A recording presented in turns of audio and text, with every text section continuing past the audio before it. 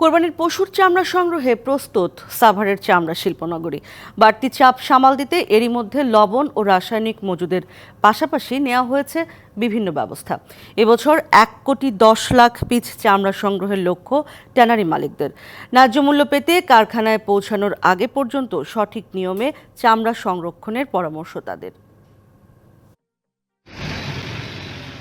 দেশে কাঁচা চামড়া সংগ্রহের মূল মৌসুম কোরবানির ঈদ।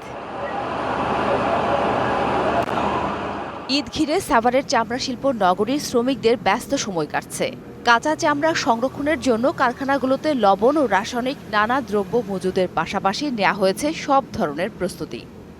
ঈদের কোরবানি চামড়া প্রসেসিং করার জন্য যা যা প্রয়োজন ওগুলো তৈরি করা হচ্ছে এবং কেমিক্যাল যা লাগে সব রেডি করা হচ্ছে।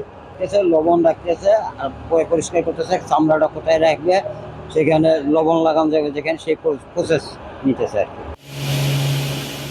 অতিরিক্ত বর্জ্য ব্যবস্থাপনার জন্য প্রস্তুত করা হয়েছে কেন্দ্রীয় বর্জ্য শোধনাগার।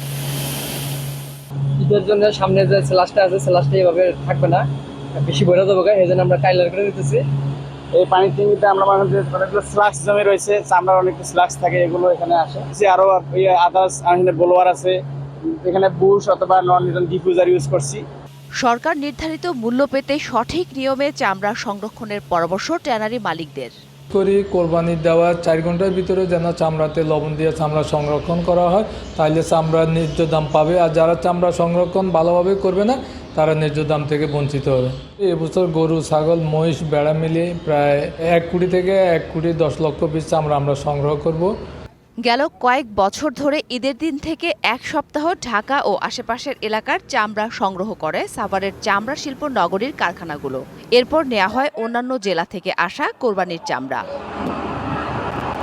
DBC news desk.